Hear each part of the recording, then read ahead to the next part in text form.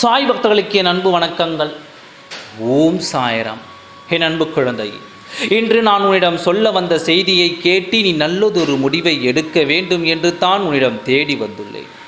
நான் சொல்வதை ஒரு முறை கேள். உன் குறைகளை பற்றி தெரியாமல் மற்றவர்களின் குறைகளை பற்றி யாரும் பேசக்கூடாது. குறை என்பது வாழ்க்கையில் கடவுள் தந்த ஒரு குறை. அந்த குறை பூர்வ ஜென்மத்தின் பலன்படி ஒருத்தருக்கும் கிடைக்கும். அந்த குறையை பற்றி ஒருவரின் மேல் அந்த பழி பாவத்தை சுமத்தி அந்த குறையை பற்றி பேசி அவர்கள் மனம் நொந்து அவர்கள் கண்ணீர் வடித்தால் அவர்கள் கண்ணீர் விட்ட பாவ கணக்கை எத்தனை ஜென்மம் எடுத்தாலும் உன்னால் அதை தாண்டி வர முடியாது.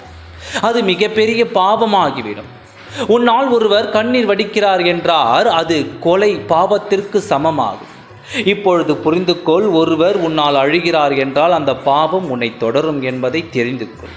உன் வார்த்தையால் யார் மனதையும் புண்படுத்தி விடாது. குறைகள் என்பது வாழ்க்கையில் தெய்வங்கள் அவரவர் பாவ புண்ணியத்திற்கு ஏற்ப கொடுப்பது. அந்த குறைகளை வைத்து யாரையும் அழிப்பதும் அந்த குறையை வைத்து அவர்களுக்கு பின்னால் அவர்கள் பேசுவதும் அறவே ஆகாது. நீ என் குழந்தை, ஆனால் உன் வாயில் இருந்து வந்த ஒரு வார்த்தை இப்பொழுது ஒருவர் மனதை புண்படுத்தி உன்னை நினைத்து அழுது தவித்து கொண்டிருக்கிறார். இந்த பழிபாவம் எத்தனை ஜென்மம் எடுத்தாலும் தொடரும். ஏற்கனவே நீ பிரச்சனையிலும் கவலையிலும் இருக்கிறாய்.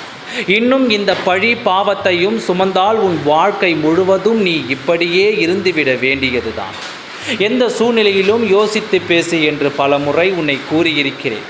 அவசரப்பட்டு முன்கோபத்தால் வரும் வார்த்தைகள் பிறர் மனம் புண்படுத்தி காயப்படுத்தி ஆறாத ரணமாக இருந்து வருகிறது. இது உனக்கு ஏற்றதல்ல என்பதால் தான் இன்று உன்னை தேடி வந்தேன். இப்பொழுது வேண்டுமானால் என் வாக்கை நீ அலட்சியமாக கேட்கலாம். நான் இப்பொழுது உன்னிடம் சொல்லிக் கொண்டு இருக்கும் அர்த்தம் இன்னும் சில மணி நேரங்களில் உனக்கு புரிய வரும். அப்பொழுதுதான் தெரியும் என்னை பற்றி உனக்கு. அதற்கு முன்பாகவே உன் மனதை மாற்றிக்கொண்டு முழுமையான நம்பிக்கையோடு என் வாக்கை கேட்டு நீ என்ன தவறு செய்து இருக்கிறாய் என்று புரிந்த பிறகு அந்த இடத்திற்கு சென்று மன்னிப்பும் கேள்.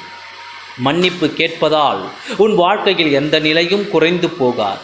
உன் வாழ்க்கை தரம்தான் அதிகமாகும். நீ தாராளமாக செய்த தவறுக்காக மன்னிப்பு கேட்கலாம். மன்னிப்பு கேட்டு உன் வாழ்க்கையில் இருக்கும் மிக பெரிய பாவத்தை குறைத்துக்கொள். ஒரு அடி அடித்தால் கூட அதை மறந்துவிடலாம். ஆனால் சொல்லால் அடித்த வலி எப்பொழுதும் மாறாது.